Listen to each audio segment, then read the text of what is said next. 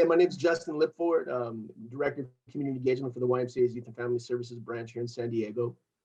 YMCA, as you mentioned, has a variety of faces and services, all aimed at improving life for those here in San Diego. My particular branch is charged with the task of working with our more under-resourced parts of the community. And our focus for the past 50 years has been working with youngsters in the foster care system and helping them successfully transition out of that system, as well as working with youngsters that are experiencing homelessness. We have a variety of services that are aimed at helping that population. But really, at the end of the day, what we believe in as an organization is that it comes down to people's access to basic needs and resources. So you mentioned the apartment complex. We recently purchased a 25-unit apartment complex in Escondido, and we bought that in end of 2018.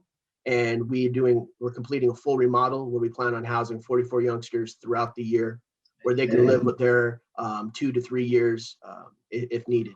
And while they're living on site, we then utilize our staff to be able to create these trusting, compassionate relationships and just help young people navigate and access, their dreams and their hopes. I will say that to me is what makes this line of work so beautiful. And really, I don't even know what else I could do, to be honest with you, in this world, man. Because to me, I approach this job, and my colleagues approach this job as one part scientist and one part artist, man.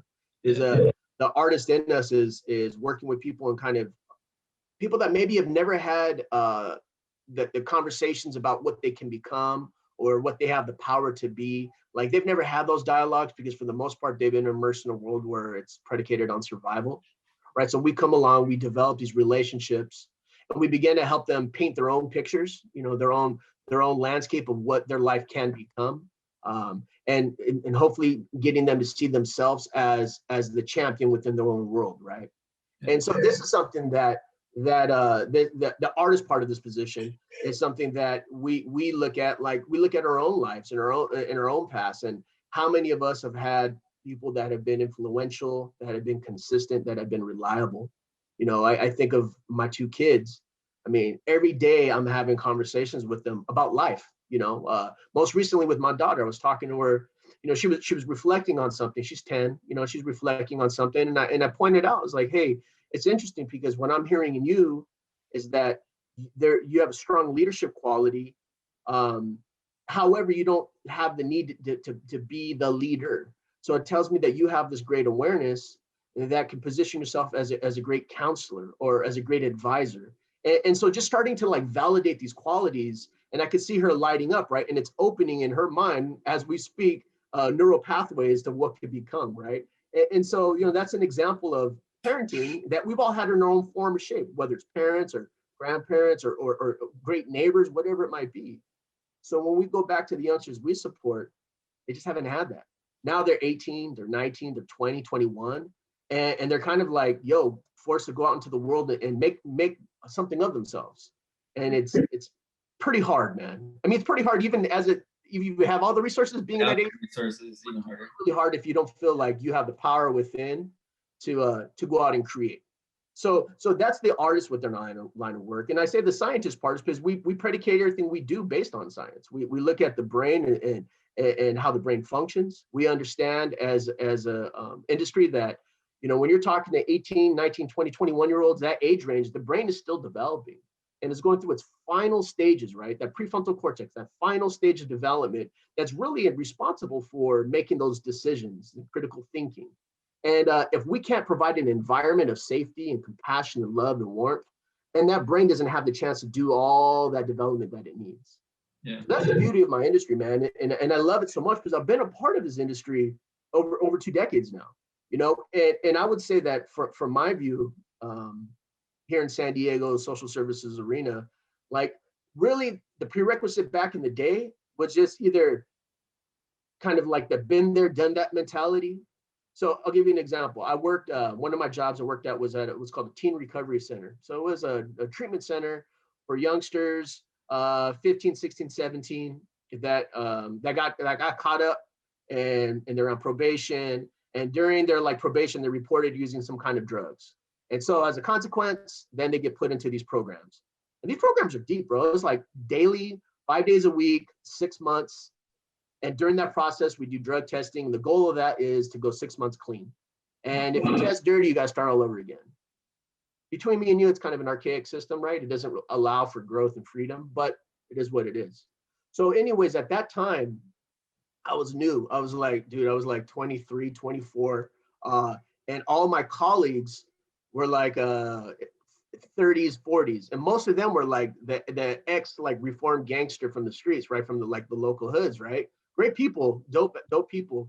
But like the mentality was like, for you to better yourself, you have to follow this particular path. There's only one path you have to follow to get out of these circumstances. Right. And at that time, bro, even then, that didn't sit right to me, man. Because I think of, my life, I'm assuming you can reflect on yours and all of our networks. Life is about a multitude of paths, and life's about options and learning and making those mistakes, right? So now we are able to, at this day and age, apply the science and understanding that since they're in these final layers of development, that there's more paths and there's more opportunities. Right. But, at the end of the day, to me, this line of work, I feel blessed to be a part of it. I feel grateful to be a part of it. I mean, in just like straight up terms, I look at ourselves as being shepherds for a lot of these youngsters, man. We're just trying to be able to say there are options. We can empower you. There's these options. You choose which path you want to take. What got you in from the beginning? Like what inspired you to, you mentioned earlier about high school and how people were going a certain direction. What got you to go this way? Man, I think I was a millennial before millennials were millennials, bro. Again, I'm 42, man, but like back when I was youngster, man, 15, 16, I never looked at life about like the acquisition of material wealth, like the whole American dream thing. To me, it was always about purpose. And so that's why I kind of referenced that millennials talk, right? Like it was always about purpose, man. I'll give you a story. When my grandmother lived a little bit south of Ensenada, and we used to go visit her as a kid all the time. We drive through there, and this is like early 80s, right? Drive through there, man, and and I would see the poverty, like especially right when you go in through TJ, right?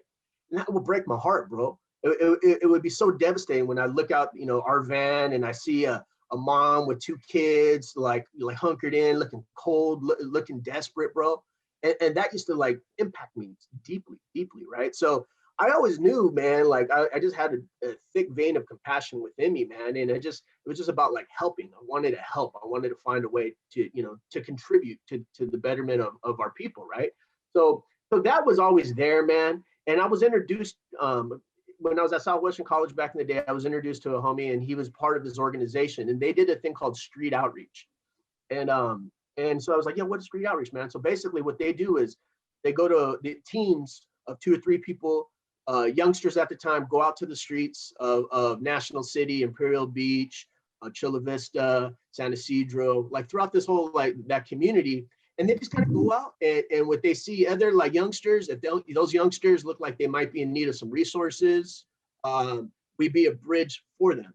So he told me about this job, and man, for the first time up to that point, I was like, yo, I got to do that, man. Like that is like, yo, that's God's work, bro. I need to be a part of that. You know what I'm saying? And then, I've always been pretty good at angling and hustling. And I was like, yo, man, if there's an opportunity to volunteer, whatever, let me know, man.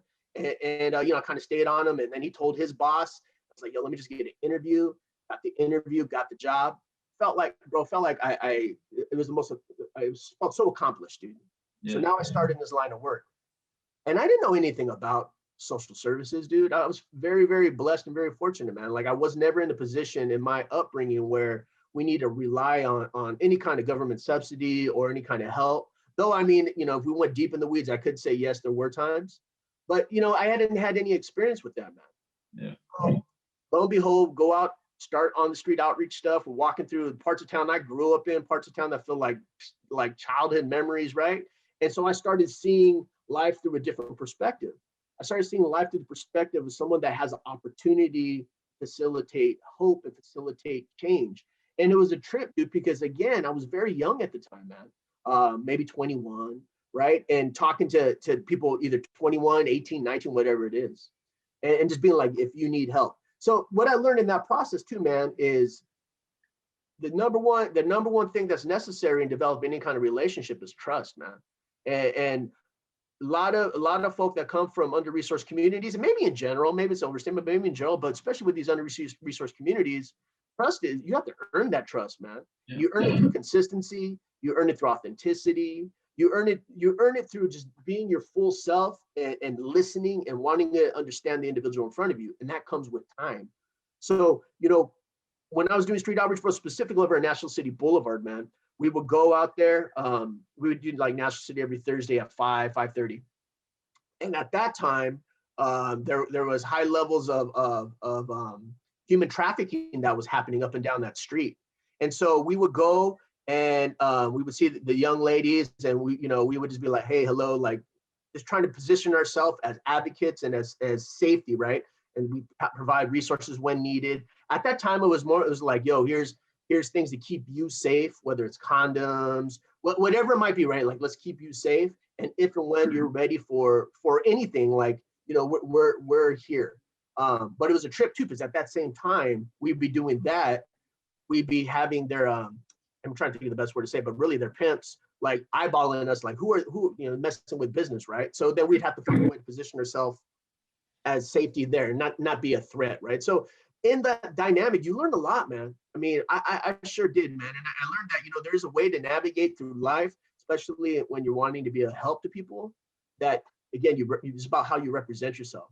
So that's really how it all came about, man. And from there, it was different jobs. I, worked a lot in gang alternative educational programs, employment development education programs. I worked for a year as a substance abuse counselor at a methadone clinic here in Chula Vista, which was very insightful because I had a chance to work with the older population, 30, 40, 50, 60-year-olds that have had opiate dependence for most of their life, specifically heroin, and that they were trying to use this medication to either wing themselves off or supplement, right? Again, it always go back to trust and developing trust. And if I was to say there's anything to be learned from developing trust, it also goes down to how well do you operate within your own authentic self. It's about how real are you, and how well do you know yourself, and how willing are you to put yourself out there. I work in the my what pays my bills. I work in sales, and I'm not the typical grimy, dude that sells a car and just wants you to get in and off the lot. One of the things I learned a while back, just growing up I sell flooring in the flooring industry. You can't buy trust, but you can lose it quickly. And my job isn't really to sell flooring, it's to build trust. That's my job. Because once you lose it, dude, it's so hard to get it back, really hard to get it back. So I find myself, when there's opportunities of challenges, whether it's work or just personal life, run to it. Because that's where that's where the relationship gets built. The ones that run away, that tells you their authentic self. They're not going to be around for the hard stuff. Yeah, man. Go ahead. I'm sorry, go ahead. No, from what I'm hearing from your story, like your resume is basically how can I help? That's what your resume sounds like. Yeah. What pulled your, like, the heartstrings? Like you mentioned the story of going to Ensenada. Has it, since you can remember, it's always been about helping people? It has, man. It definitely has, man. I mean, I've always just found like there's something that feels fulfilling about doing just that, and sometimes I'm embarrassed to say that because I feel like it could potentially project kind of the self-righteousness, right, that comes with like I'm here to help, and that's never been it for me, man. Like it's never been about it. It's just I see equality in every single person in front of me. I see myself in every single person in front of me. I see a commonality, from the dude on the corner asking for a couple bucks to someone at a high-ranking position, a president of an organization, right? Like I just feel like we are all like one organism moving together. And it's like, how can I benefit? How can I help you? And it's been put on my heart to do all that, and like, it's funny, man, because even back in the day when I was a youngster coming up, like I also had to deal with some, the identity, the development of our identity, right? And I was exposed to a lot of toxic masculinity, it was about how tough you are, it's about how bad you are, it's about not backing down. I kind of grew up in some of these environments right? So I know that there was actually times where I had to flex and do violent things, right? And it never felt good, bro. It never felt good. It used to like, it would just feel so bad. Like, man, how could I do something like that? How can I flex on this person? How can I get in a fist fight with someone, right? And win or lose or whatever. Like, man, I'm doing damage. Like this did. It just didn't compute well in my brain, right? So I just like, man, I just decided to put my energy in going in a direction of positivity and love. And you know, like, and just going down that path does not mean, bro, that I still don't have like echoes of the past that are within me, man. It doesn't mean I still get caught up in some like road rage, right? It doesn't mean that I won't see someone and be like, yo, what is your true intentions? Like all that still happens, but my base is about peace and love, bro. And you know, it's just who I am, you know. And There so, had to have been a moment where, like the crossroad, right? There had to have been a moment where, like, I know I don't like this part of me, and I'm making a decision where, like, people start, I think, like self-awareness, people start realizing who they really are and what tugs at them, and that's mhm. what starts to change. Was as far as you can remember, is there a definitive moment where you can say this was the time? I was 21. I'd already been in this industry, like I was saying. I definitely was still, you know, in the middle of trying to discover or solidify my identity, who I am, what's my place on this earth during this existence, right? Like that whole metaphysical journey. And I did, you know, I mean, a little story is met this young lady, you know, like dating, whatever, and she told me about this author, Paulo Coelho, and that he had wrote a couple books. And dog, I ain't even trying to front. I ain't the biggest reader on the planet, bro. But you know, I'm trying to court a young lady. I'm trying to like put my game up, man. You know, so I read his book, The Alchemist, and I was like, whoa, man! It shifted perspective, right? Then I was like, I was all about it. I was like, yo, what else does the dude wrote? And then he also wrote a book called The Pilgrimage, right? And turns out pilgrimage is a factual journey, right? So I looked into this pilgrimage thing, and basically it's a path that St. James took when preaching the gospel after Christ's death, right?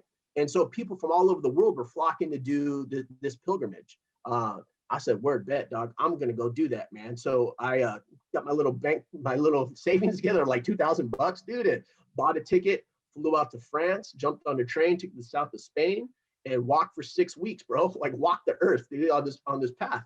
Now, prior to this, homie, this is so far out of character, but it felt so instinctual. I felt like compelled to do this journey, right? So during that, all I had opportunity was to think and reflect, meet other folk with similar like-minded kind of views of all ages, right? And it's really like within that I had a chance just to quiet my brain and listen to my heart and be like, yo, this is why I'm here. I'm here to bring opportunity, to bring hope, to be whatever I can to make it better for those around me. And I just felt convicted from there, bro. And it just made sense, man. It wasn't like some like complex thing. It wasn't like a light shined and showed me. It was just looking within. That made sense, and that's what I decided to do. Flew back home. My whole circle's tripping out. Like, yo, I can't believe you just did that, right? Like, again, so far out of character, but it made sense. And I just been committed to that quest ever since, man.